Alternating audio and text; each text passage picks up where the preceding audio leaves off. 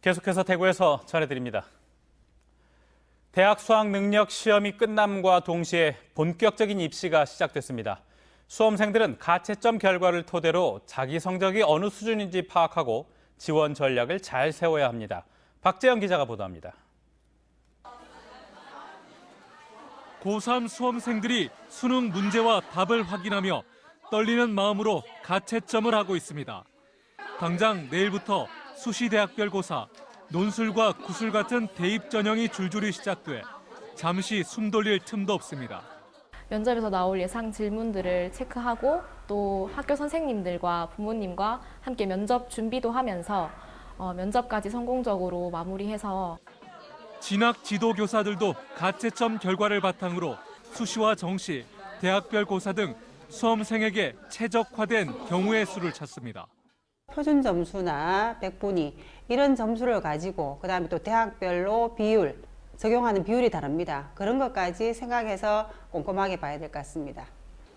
국어 영역 특정 과목의 입시가 좌우된 지난해와 달리 올해는 대부분 영역이 골고루 변별력을 갖췄다는 분석이 나옵니다. 국어는 쉽게 출제되었지만 변별력이 높아 표준 점수가 높아질 것으로 예상되어 인문자연 모두 국어 영향이 커질 것으로 보이고 수학은 인문 계열에서 더 어렵게 출제되어 수학의 영향력이 훨씬 커질 것으로 보입니다. 수능 성적이 좋으면 정시 지원이 유리한데 표준 점수와 백분위로 자기 위치를 정확히 파악해야 합니다. 가채점 결과가 나쁘면 정시보다는 수시 대학별 고사, 논술 면접이 유리합니다. 수시 최저학력 기준을 맞췄는지는 입시기관 발표에만 의존해선 안 됩니다. 전체 집단을 평가한 것이 아니기 때문에 변수가 있으므로 한두 등급 모자라도 포기하지 말고 최선을 다하는 게 지금으로서는 현명한 방법입니다. 다양한 입시 전형이 있는 만큼 남은 기간 어떤 전략을 세우느냐에 성패가 달려 있습니다. MBC 뉴스 박재영입니다. 대구 아트페어와 청년 미술 프로젝트가 함께 열리는 대구 최대 미술 축제인 2019 대구 아트스퀘어가 개막했습니다. 올해로 12년째인 대구 아트페어는 역대 최대 규모로 준비됐습니다. 이상석 기자가 보도합니다. 지난해 40억 원이 넘는 미술품이 팔린 대구 아트페어. 올해는 8개 나라 114개 갤러리가 참가하고 있습니다. 전시되는 작품은 5천여 점, 작가는 700여 명에 달합니다. 백남준, 곽인식, 이건용 등 우리나라를 대표하는 작가는 물론 올리버 암스와 데이비드 호크니와 같은 해외 유명 작가들의 작품도 감상할 수 있습니다. 미술품을 사고 파는 상업적 공간을 넘어서 새로운 작가들을 발굴하고 세계 미술 시장의 흐름도 파악할 수 있습니다. 대구는 미대가 10개나 되잖아요. 그리고 학생 수가 한 1000명이 됩니다. 그러면 그 학생들의 그 작품들을 우리 대구 화랑협회 화랑들이 전시를 많이 하고 있기 때문에 그걸 선보일 수 있는 장소고 여기가. 작가 입장에서는 자기 작품을 평가받을 수 있는 자리라서 좋은 것 같고 저희 갤러리 입장에서는 좀 더 넓은 시장으로 갈 수 있는 진출할 수 있는 계기가 되는 것 같아서 좋은 것 같습니다. 대구에서 활동한 한국 근현대 미술의 거장을 소개하는 특별전에는 1970, 80년대 독창적인 화면으로 주목을 받은 대구 출신 이항미 작가가 선정됐습니다.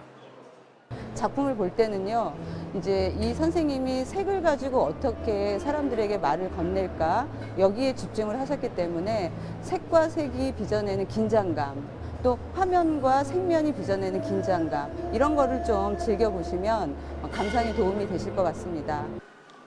청년 미술 프로젝트에서는 전문가의 검증과 추천을 받은 청년 작가 18명이 별이 빛나는 시간이라는 주제로 작품을 선보이고 있습니다.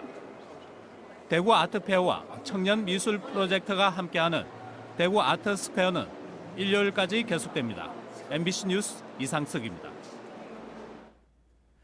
구미 국가산업단지의 지난달 수출이 지난해 같은 기간에 비해 7% 줄었습니다.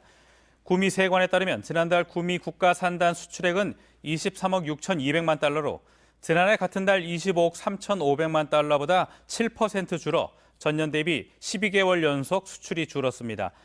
지난달 수입액은 9억 8천만 달러로 작년 10월 10억 2,800만 달러와 비교해 5% 감소했습니다. 대구 상공회의소와 광주 상공회의소는 주 52시간 제도 보완을 촉구하는 건의문을 정부와 청와대, 고용노동부와 5개 정당에 전달했습니다. 대구와 광주 상인은 지역 사업장들은 주 52시간제 근로제라는 변화된 정책에 대응하기 위해 노력했지만 만성적 인력난과 산업별, 직무별 특수한 상황 등으로 초과 근로 단축이 힘들다고 주장했습니다.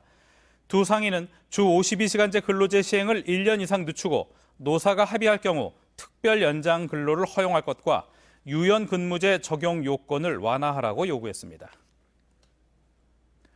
어제 저녁 6시 40분쯤 청도군 풍강면의 한 돼지 농장에서 불이 나 3,500제곱미터의 돼지우리 한 채가 전소되면서 돼지 2,500여 마리가 죽어 소방서 추산 5억 원의 재산 피해가 났습니다.